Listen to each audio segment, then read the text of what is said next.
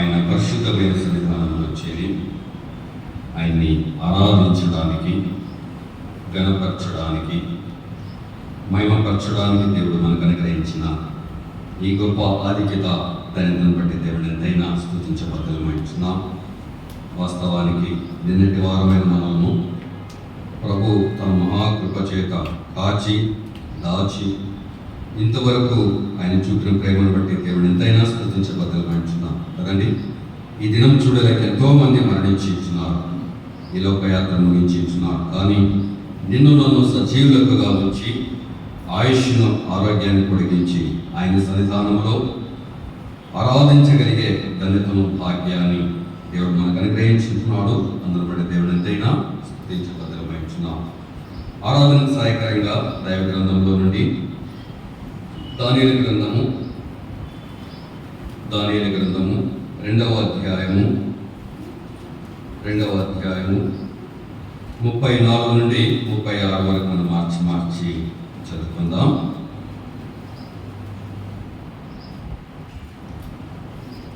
దానియేలు గ్రంథము 2వ అధ్యాయము 34 నుండి 36 వరకు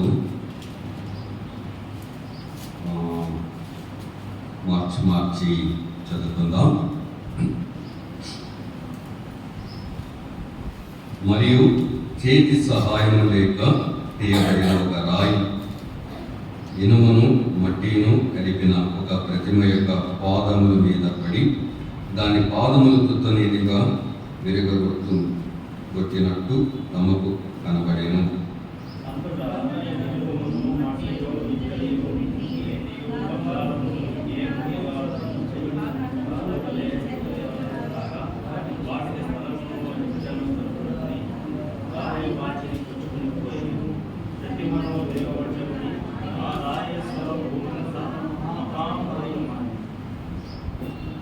తాము కనిన కలది ఇదే, దాని భావము రాజసముఖమున మేము తెలియజెప్పేదము.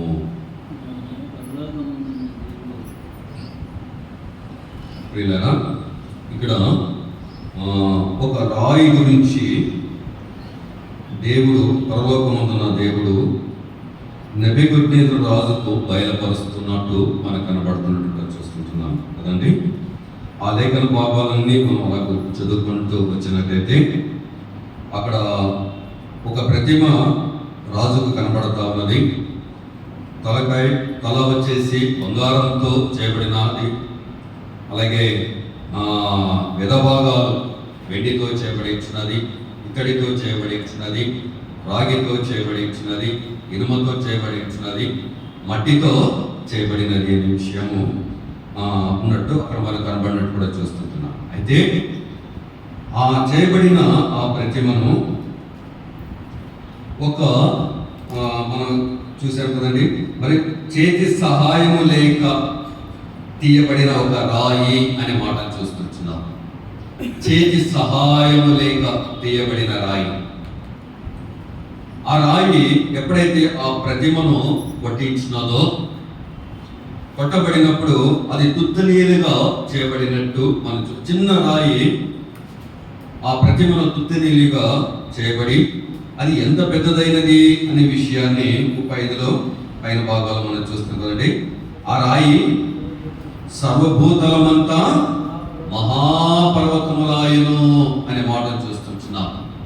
అయితే ఇక్కడున్న ఆ ప్రతిమ ఒక్కొక్క రాజ్యానికి సూచనగా కనబడతా ఉంటున్నది. బంగారం ఒక రాజ్యానికి, అది కింద భాగాలనే దానియేలు తెలియజేస్తూ వస్తాడు.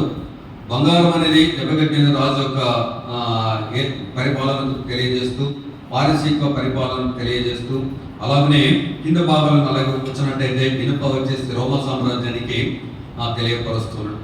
అక్కడ చూసినట్లయితే అనేకమైన సామ్రాజ్యాలు కనబడుతూ ఉంటున్నాయి. అయితే ఆ అనేకమైన సామ్రాజ్యాలకి ఎవరు అంటే ఈ చిన్న రాయి పడగొట్టినట్టు కూడా చూస్తుంటున్నాం. అంటే ఆ చిన్న రాయి ప్రభు అయిన యేసుక్రీస్తు వారుగా చూస్తుంటున్నాం. చేతి సహాయం లేని ఆ ఒక చిన్న రాయి అక్కడ మనం చూసాం కదండి. సర్వభూతలమంతా అంటే ఈ ప్రపంచానికి విమోచకుడిగా అక్కడ కనబడినట్టు మనం చూస్తుంటున్నామండి. సర్వభూతలమంతా మహాపర్వతమాయ చిన్నదాయి ఆ కట్టబడినప్పుడు సర్వభూతలమంతా మహా పర్వతములాయను అనే విషయాన్ని చూస్తుంటున్నాం. అయితే ప్రభువైన యేసుక్రీస్తు వారి గురించి దానియేలు గ్రంథాన్ని రాయబడినట్టు మనం జ్ఞాపకం చేసుకుంటున్నాం. అదే దానియేలు గ్రంథం 9వ అధ్యాయం 25వ వచనంలో అక్కడ అభిషక్తుడకు అధిపతి వచ్చు వరకు అనే మాట కూడా అక్కడ ఉంటుందండి. అంటే ప్రభువైన యేసుక్రీస్తు వారు ముందున్న దినాలలో ఆయన రాబోతున్నాడు అనే విషయాన్ని దానియేలు తెలియజేసినట్టు కూడా మనం జ్ఞాపకం చేసుకోవాల్సిన వారం అంటున్నాం. అభిషేక్తుడు అనగా క్రీస్తు అనగా అభిషేక్తుడుగా మనం జ్ఞాపకం చేసుకుంటున్నాం.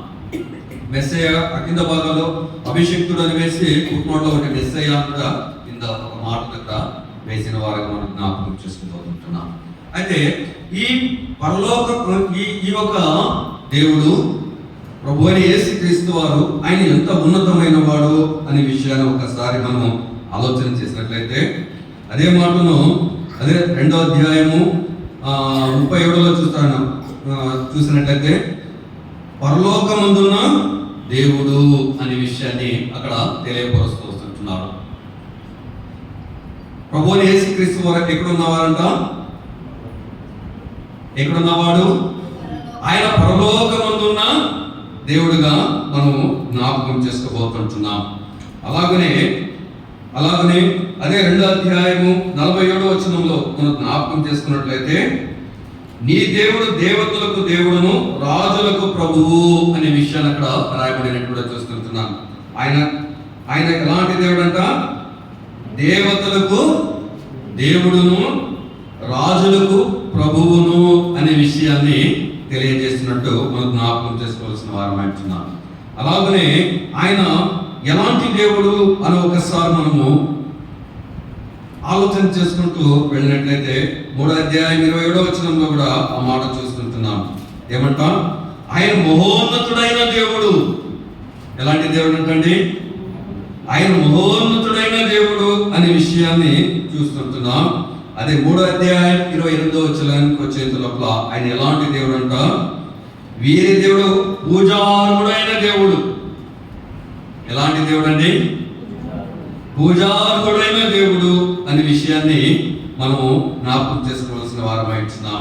అలాగనే 4వ అధ్యాయము 26వ వచనంలో ఆడొక మాట ఉంటున్నది, సర్వోన్నతుడైన దేవుడు. ఎలాంటి దేవుడు? ఆయన సర్వోన్నతమైన దేవుడు, సర్వోన్నతమైన స్థలంలో నివసించే దేవుడు అనే విషయాన్ని తెలియజేస్తున్నట్టు చూస్తుంటున్నాం. ఇక్కడ మనం జ్ఞాపకం చేసుకున్నాం. ఆయన పరలోకమందున్న దేవుడు, దేవతలకు దేవుడు, రాజులకు ప్రభువు అని మనం జ్ఞాపకం చేసుకుంటున్నాం. అంతేకాదు మహోన్నతుడైన దేవుడు, పూజారుడైన దేవుడు, సర్వోన్నతమైన దేవుడు అనే విషయాన్ని మనం జ్ఞాపకం చేసుకోవాల్సిన వారమై ఉంటున్నాం. అలాగనే 4వ అధ్యాయం 34వ వచనంలో ఒక మాట ఉంటున్నది, చిరంజీవియు సర్వోన్నతుడైన దేవుడు. చిరంజీవి అంటే యుగ యుగములు జీవించేవాడు అని అర్థం. ఎలా కాలంలో జీవించేవాడు అనే అర్థాన్ని సూచించేదిగా ఉంటున్నది. ఆయన చిరంజీవి దేవుడు, అంతేకాదు కానీ ఆయన సర్వోన్నతుడైన దేవుడు అనే విషయాన్ని చూస్తుంటున్నాం. ఆయన సర్వోన్నతుడైన దేవుడని తెలియజేస్తూ స్తోత్రము చేసి ఘనపరిచి స్తుతించుడి అని ఆయనకి స్తుతికు పాత్రుడైన దేవుడు, స్తోత్రార్హుడైన దేవుడు అనే విషయాన్ని అక్కడ తెలియజేస్తూ వచ్చినట్టు కూడా మనం జ్ఞాపకం చేసుకోవాల్సిన వారం అంటున్నాం. అంతేకాదు కానీ అదే 6వ అధ్యాయము 26వ వచనంలో ఆ భాగాలను మనం ఒకసారి జ్ఞాపకం చేసుకున్నట్లయితే ఆయన ఎలాంటి దేవుడు అని చూసినట్లయితే జీవము గల దేవుడు కదండి. ఆయన ఎలాంటి దేవుడు? జీవము గల దేవుడు. ఆయన యుగ యుగములుండు వాడు. ఆయన ఎన్ని రోజులు ఉండేవాడు అంటండి? యుగ యుగములు ఉండేవాడు అనే మాట చూస్తుంటున్నాం. ఆయన రాజ్యం నాశనం కానేలేదు. ఆయన రాజ్యం ఎలాంటిదంతా నాశనము కానేరైన రాజ్యము. ఆయన ఆధిపత్యము తుదమట్టుకు ఉండదు, అంటే అంతవలేని రాజ్యం. అలాంటి ప్రభు అలాంటి దేవుడు, అలాంటి సర్వోన్నతమైన స్థలంలో నివసించే ఆ గొప్ప దేవుడు కదండి. ఎన్నిక లేని వారు, వట్టివారు, అట్టివారు, దుమ్ముదూడతో సమానంగా ఉన్నవారు, అయోగ్యులము, నిష్ప్రయోజకులము, అలాంటి వారమైన మనల్ని ఆయన జ్ఞాపకము చేసుకున్న వాడుగా చూస్తుంటున్నాం. ఎవరికి అందనంత స్థితిలో ఉన్నవాడు, సర్వోన్నతమైన స్థలంలో ఉన్నవాడు, మహోన్నతుడైన దేవుడు, పూజారుడైన దేవుడు, ఆ దేవుడు నిన్ను నన్ను జ్ఞాపకం చేసుకున్న వాడుగా చూస్తుంటున్నాం. మనుషులు జ్ఞాపకం చేసుకునడానికి వాడు ఏ పార్టీ వాడని కీర్తనల గ్రంథంలో రాసినట్టు కూడా చూస్తుంటున్నాం. మనం ఏ పార్టీ వారమండి మనం జ్ఞాపకం చేసుకునడానికి? ఆయన పూజారుడైన దేవుడు, మనమైతే పాపంతో అపరాధంతో జీవించిన వారు, అగ్నిగుండానికి పాత్రలుగా ఉన్న మనల్ని, నాశనానికి పాత్రలుగా ఉన్న మనల్ని, పాపాల గురించి జీతం మరణాన్ని సంపాదించుకొని మన బ్రతుకులో ప్రభువుకు దూరంగా ఉన్న మనల్ని ఆ ప్రభు ఆ పరలోకం నుండి చూసిన వాడు, ఆ పరలోకం నుండి చూసిన వాడు, ఆ చిన్న రాయి, ఎవరి చేతి సహాయం లేకుండా ఆ చిన్న రాయి ఎలాగైతే ఆ ఒక భూమండలం అంతా విస్తరింపబడి ఇచ్చినదో, అలాగనే ప్రభువుని యేసుక్రీస్తు వారు కూడా ఆ సర్వోన్నతమైన స్థలంలో ఉన్న ఆ ప్రభువు నిన్ను నన్ను జ్ఞాపకం చేసుకుని ఇచ్చినాడు. ఆయన ఈ లోకానికి దిగి వచ్చిన వాడుగా చూస్తున్నాం. ఈ లోకానికి దిగి వచ్చిన వాడుగా చూస్తున్నాం. ఆ రాయి ఎవరు చేతి సహాయం లేకుండా అది దిగి వచ్చినట్టు కూడా చూస్తున్నాం. అంతేకాదు కానీ విమోచన క్రయముగా ఆ ప్రభువైన యేసుక్రీస్తు వారు ఆ కల్వరి శిలువలో 3 మేఘలతో అంటగొట్టబడిన వాడుగా చూస్తున్నాం. కొరడా దెబ్బ ఎలా ఉంటుందో ఆయనకి తెలియదు, అవమానాలు ఎలా ఉంటాయో ఆయనకి తెలియదు. ఎందుకంటే ఆయన న్యాయాధిపతి, ఆయన న్యాయస్థానంలో ఉన్నవాడు, తప్పు చేసిన వారిని శిక్షించేవాడుగా ఉన్నవాడు. అయితే ఈ మానవుడు తప్పు చేసినందుకు ఆ దేవుడు మరణం పొందినట్టు కూడా చూస్తుంటున్నాం, ఆ దేవుడు శిక్ష పొందినట్టు కూడా చూస్తుంటున్నాం. ఒకవేళ ఆయన శిక్ష పొందకపోతే ఆ శిక్ష మనమే ఇచ్చినది, అగ్నిగుండానికి పాత్రలో మనమే ఇచ్చినాం. అయితే ఆ వేదన, ఆ బాధ ప్రభువైన యేసుక్రీస్తు వారు ఆ కల్వరి శిలువలో అనుభవించిన వాడుగా చూస్తుంటున్నాం. ఆయన ధవళవర్ణుడు, రత్నవర్ణుడు, 10,000 మందిలో గుర్తింపదగిన అతి సౌందర్యం కలిగిన వాడు. ఆయన పూజారుడైన దేవుడు, ఆయన పూజారుడైన దేవుడు. ఆ దేవుడి యొక్క సముఖము, పూజారుడైన దేవుడు. అలాంటి దేవుడు నిన్ను నన్ను ప్రేమించాడు. నిన్ను నన్ను ప్రేమించినందుకు ఆయన శిక్ష అనుభవించిన వాడుగా చూస్తుంటున్నాం.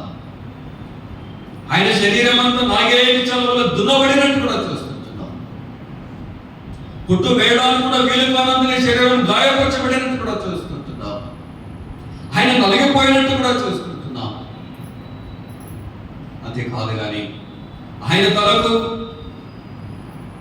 ఆ ధవళ కిరీటం ధరించుకున్నాం. ప్రభు నినా నిమిత్తం ఆయన ముళ్ళ కిరీటం ధరించుకున్న వాడుగా చూస్తుంటున్నాం. ఆయన ముళ్ళ కిరీటం ధరించుకున్న వాడుగా చూస్తుంటున్నాం. అంతేకాదు కానీ ఆయన నోటికి చేదు జరుగును అందించబడినట్టు కూడా మనం చూస్తుంటున్నాం. ఆయన నోటికి చేదు జరుగును అందించబడినట్టు కూడా చూస్తుంటున్నాం. ఆయన హృదయానికి బలపు పొడతో పొడవబడినట్టు కూడా చూస్తుంటున్నాం. ఎందుకంటే నిన్ను నన్ను ప్రేమించినందుకే ఆయన హృదయానికి బలపు పొడతో పొడవబడినట్టు కూడా చూస్తుంటున్నాం. ఆయన కాళ్ళలో మేకలు కట్టబడించినాయి, ఆయన చేతిలో మేకలు కట్టబడించినాయి. నడినెత్తి మొదలుకొని అరికాలు వరకు కొంచెం కూడా స్వస్థత లేకుండా గాయాలతో నింపబడినట్టు కూడా చూస్తుంటున్నాం. ఒకవేళ ఆయన గాయాలతో నింపబడకపోతే నీవు నేను కొట్టబడవలసిన భారమించున్నావు. అయితే నీ నా శిక్ష యావత్తు తన మీద వేసుకొని ఆ కల్వరి శిలువలో ఆయన వాటన్నిటిని అనుభవించిన వాడు, ప్రయత్నముగా ఆయన అనుభవించిన వాడుగా మనం జ్ఞాపకం చేసుకోవాల్సిన భారమించున్నాం. అంతేకాదు కానీ సమాధిని మరణాన్ని గెలిచిన గొప్ప దేవుడుగా చూస్తుంటున్నాం. గొప్ప దేవుడిగా చూస్తుంటున్నాం. ఆ మరణములను విరిచిన గొప్ప దేవుడిగా చూస్తుంటున్నాం. యుగ యుగంలో ఆయనతో కలిసి జీవించే ఒక జీవితాన్ని అనుగ్రహించిన దేవుడిగా మనం జ్ఞాపకం చేసుకుంటున్నాం. అయితే అలాంటి దేవుడి ఎదుట మనం ఎలా ఉండాలి ఎలా ఉండాలి అని ఒకసారి మనం ఆలోచన చేసినట్లయితే, అదే దానియేలు గ్రంథం 6వ అధ్యాయంలో కదండి 26లో ఆ మాట చూస్తుంటున్నాం. చూడండి, నా సముఖమున నియమించిన ఏమనగా నా రాజ్యములోని సకల ప్రభుత్వములు నివాసములు దానియేలు యొక్క దేవునికి భయపడుచు. విమోచింపబడిన వారు ఎలా ఉండాలి? దేవునికి భయపడేవారుగా ఉండాలి. ఆయన సముఖమున ఎలా ఉండాలి? వణకుచుండవలెను అనే మాటను చూస్తుంటున్నాం. దేవుడిని ఆరాధించడానికి వచ్చిన వారు మనం ఎలా ఉండాలి? ఆయనకు భయపడేవారుగా ఉండాలి. రెండవదిగా వణుకుచుండేవారుగా ఉండాలి. వణుకుచుండవలెను అనే మాట చూస్తున్నాం. అంతేకాదు కానీ ఆయన సన్నిధానంలో స్తోత్రార్హుడైన దేవుడిని తెలియజేస్తూ వస్తున్నట్టు చూస్తుంటున్నాం కదండి. ఆయన పూజారుడైన దేవుడిగా చూడగలిగించున్నాం. ఆయన పరలోకముందున్న దేవుడిగా చూడగలిగించున్నాం. మహోన్నతుడైన దేవుడిగా చూడగలిగించున్నాం. వీరి దేవుడే పూజారుడని చూడగలిగించున్నాం. అంతేకాదు కానీ చిరకాలం జీవించే దేవుడుగా చూడగలిగించున్నాం. ఆయన జీవం కలిగిన దేవుడిని చూడగలిగించున్నాం. ఆయన యుగ యుగములు ఉండే దేవుడిని చూడగలిగించున్నాం. అలాంటి దేవుని ఎదుట మనం ఎలా ఉండాలంటే కదండి, భయపడుచు, దేవునికి భయపడుచు ఆయన సముఖమున వణుకుచుండవలెను. అలాగూ దేవుని గణపరిచి మయంపరచుదును గాక.